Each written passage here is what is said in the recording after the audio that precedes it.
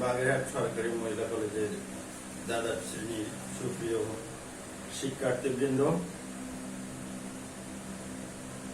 তোমরা এই করোনাকালীন পরিস্থিতিতে নিশ্চয়ই সবাই সুস্থ ও সুন্দর আছো। এই করোনাকালীন পরিস্থিতিতে তোমাদের শিক্ষা ব্যবস্থাকে, তোমাদের শিক্ষা জীবনকে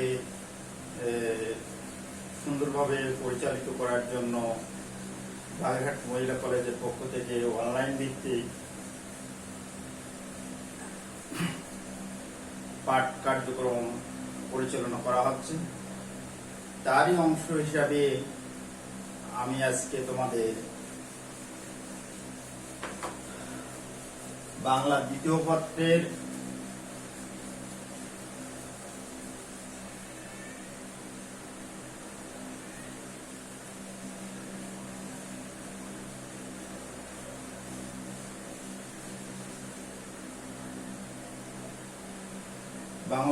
পত্রের ব্যাকরণের বাক্যতত্ত্ব নিয়ে আলোচনা করব।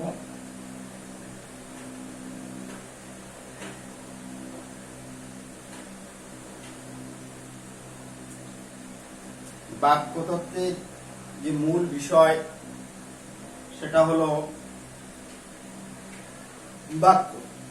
এখানে বাংলা ব্যাকরণের যে মূল যে আলোচ্য বিষয়, সে আলোচ্য বিষয়ের একটি হলো বাক্যতত্ত্ব। বাক্যতত্ত্বের মূল উপাদান বাক্য। বাক্য কাকে বলে? যে সুবিন্যস্ত পদসমষ্টি দ্বারা বক্তার মনের ভাব সম্পূর্ণরূপে প্রকাশিত হয় তাকে বাক্য বলে। এখানে বাক্যের সংজ্ঞা প্রদানকালে আমি একটা টার্ম বা আমরা একটা টার্ম ইউজ করি, সেটা হলো পদসমষ্টি। এই পদসমষ্টি কি? শব্দ, বিভক্তিযুক্ত শব্দকে পদ বলে। আর এই পদের একাধিক পদের সমন্বয়ই পদসমষ্টি।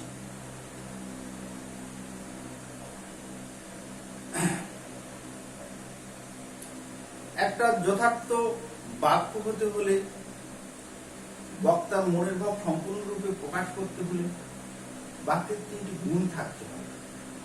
বাক্যের গুণ তিনটি হলো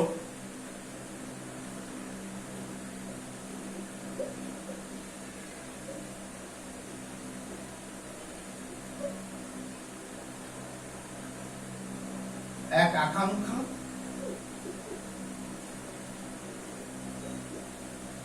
দুই, আসক্তি; তিন, যোগ্যতা।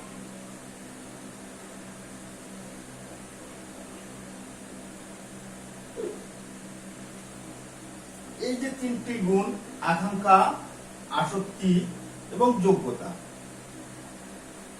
এই তিনটি গুণ না থাকলে একটা সার্থক বাক্য গঠিত হয় না। তো আমরা প্রথমে আসবো আকাঙ্ক্ষা দিয়ে। বাক্যে একটা শব্দ শোনার পর আরেকটা শব্দ শোনার যে ইচ্ছা, তাই আকাঙ্ক্ষা। আরো যদি পরিষ্কার করে বলি, সেটা হলো এই যে বাক্যে ব্যবহৃত শব্দগুলো একটার পর একটা সুন্দরভাবে সাজানো থাকে এবং এই একটা শব্দ শোনার পরে আরেকটা শব্দ শোনার যে ইচ্ছা, তাই আকাঙ্ক্ষা। যেমন আমি একটা উদাহরণ দিয়ে এখানে বোঝাতে পারি। চন্দ্র পৃথিবীর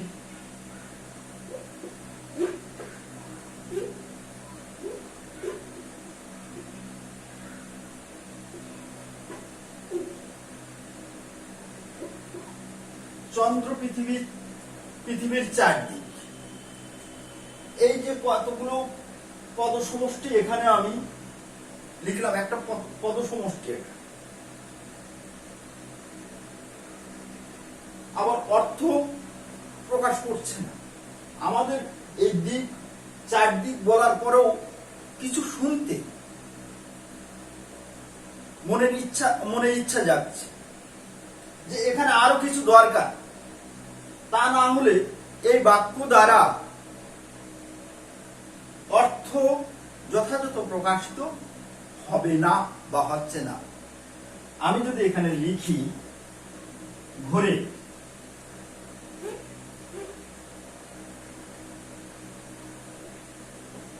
তাহলে বাক্যটা যথার্থ হয় এবং যথাযথ অর্থ প্রকাশ করে। তাহলে বাক্যে ব্যবহৃত পদ বা শব্দগুলোর একটার পর আরেকটা শোনার যে ইচ্ছা, সেই ইচ্ছাই আকাঙ্ক্ষা। এবার আসি আসক্তির কথায়।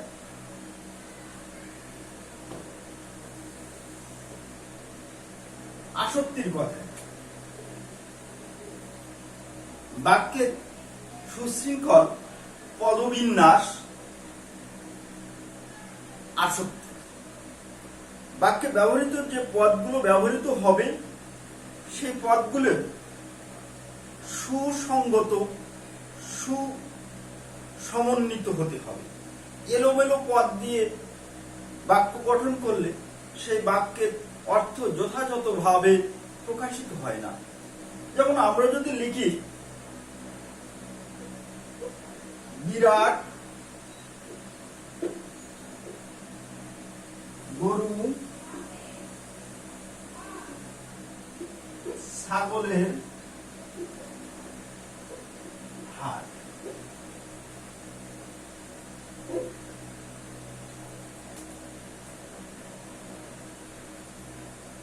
কিন্তু বাক্যটা যথাযথ হলো না, কারণ বাক্যে ব্যবহৃত যে পদগুলো, সেই পদগুলোর যথাযথ বিন্যাস নেই।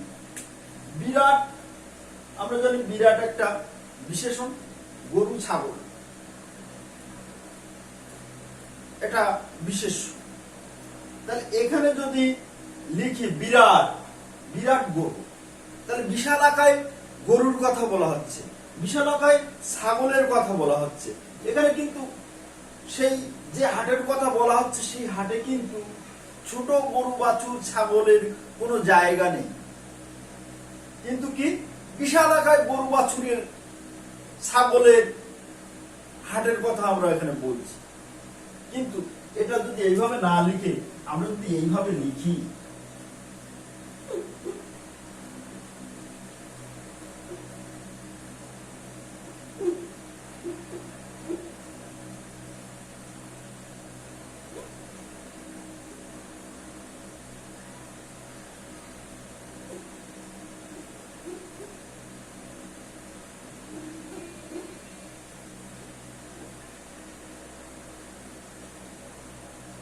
এইভাবে লিখি, তাহলে আমরা বোঝাতে পারছি গরু ছাগলের একটা বিশাল হাট, যেখানে অনেক গরু ছাগল বা গবাদি পশু বিক্রয়ের জন্য, ক্রয় বিক্রয়ের জন্য আনা হয়।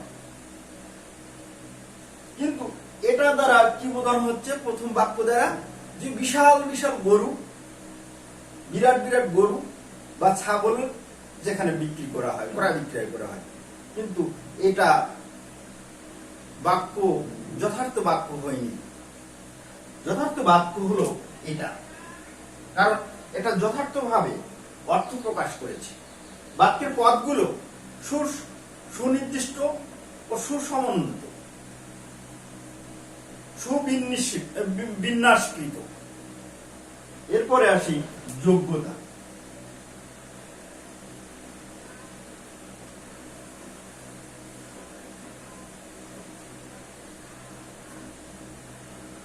যোগ্যতা বাক্যে যে ব্যবহৃত পদগুলোর দ্বারা প্রকাশিত অর্থ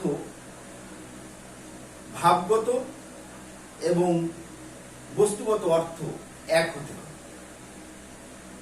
ভিন্ন হলে হবে না। যেমন আমি যদি লিখি গরু জলে বাস করে,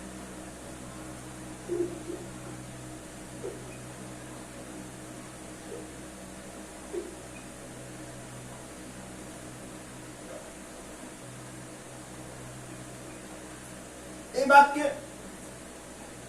আকাঙ্ক্ষা নিবৃত করছে, আবার আসক্তিও নিবৃত হচ্ছে, কিন্তু এই বাক্যটা যোগ্যতা হারিয়েছে। কারণ কি? কারণ হলো এই যে গরু কোনো সময় জলে বাস করতে পারে না। গরু স্থলের প্রাণী, স্থলে বাস করে। জলে বাস করে মাছ, স্থলে বাস করে গরু। এই জন্য এই বাক্যটা যথার্থ হবে না, কারণ এর ভাবার্থ এবং বস্তুগত অর্থ দুটোই আলাদা হয়ে যাচ্ছে। যে কারণে এই বাক্যটা যোগ্যতা হারিয়েছে। এই জন্য আমরা লিখতে পারি মাছ জলে বাস করে। মাছ জলে বাস করে, এটা আমরা লিখতে পারি। এরপরে আসছে বাক্য আলোচনা, যেহেতু আমরা আসছি, এরপরে যে বিষয়টা আসছে বাক্যের অংশ। বাক্যের অংশ কয়টি? বাক্যের অংশ সাধারণত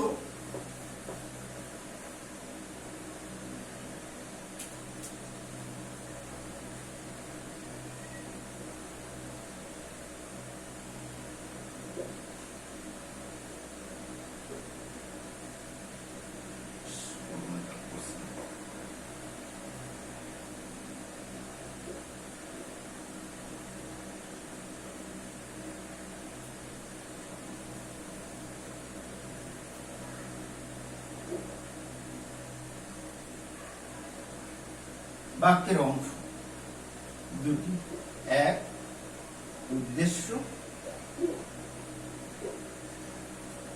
দুই বিধি।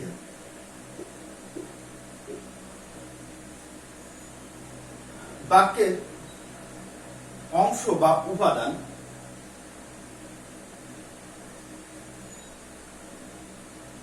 দুটি, এক উদ্দেশ্য, দুই বিধি। বাক্যে যাকে উদ্দেশ্য করে কোনো কিছু বলা হয় তাকে উদ্দেশ্য, আর উদ্দেশ্য সম্পর্কে যা কিছু বলা হয় সেটাই হলো বিধি। এরপরে আমরা আসতে পারি বাক্যের শ্রেণী বিভাগ। বাক্য সাধারণত দুই পদ্ধতিতে বা দুই ভাবে শ্রেণীবিন্যাস করা যায়। একটা হলো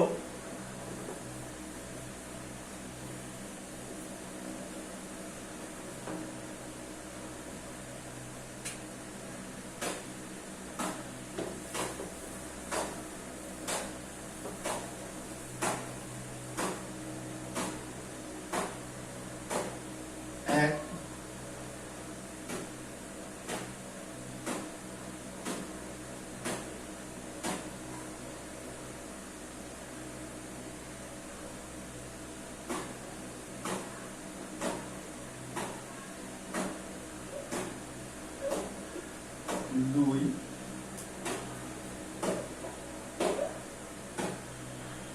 অর্থ অনুসারে।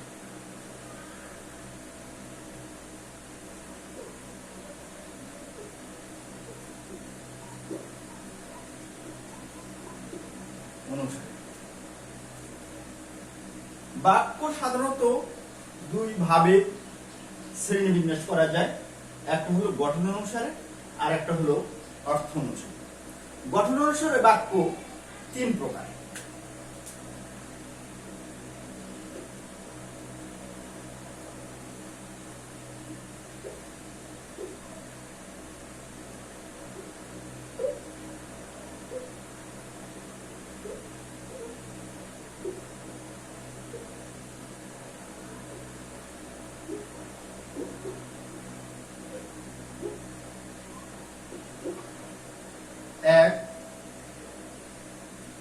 সরল বাক্য,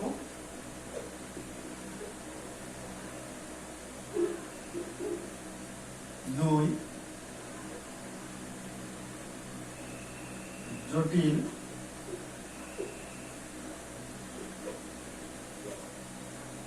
বা মিশ্র বাক্য।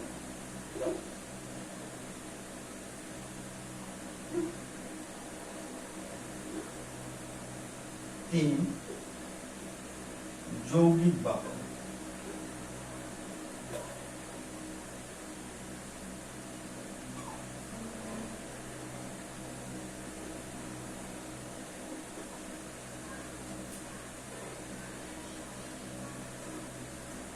তো সরল বাক্য কাকে বলে,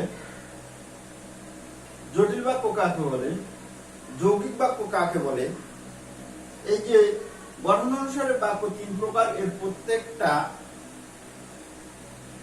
প্রত্যেক প্রকরণের সংজ্ঞা ও উদাহরণ তোমাদের নিজেদের হোম টাস্ক থাকবে। এটা আমি পরবর্তীতে যে ক্লাস আছে আমার, সেদিন আমি তোমাদেরকে জানাবো এবং তোমরা আমার সঙ্গে সে সময় মিলিয়ে নেবে। সুস্থ থাকবে, সুন্দর থাকবে, সবার জন্য শুভকামনা রইল।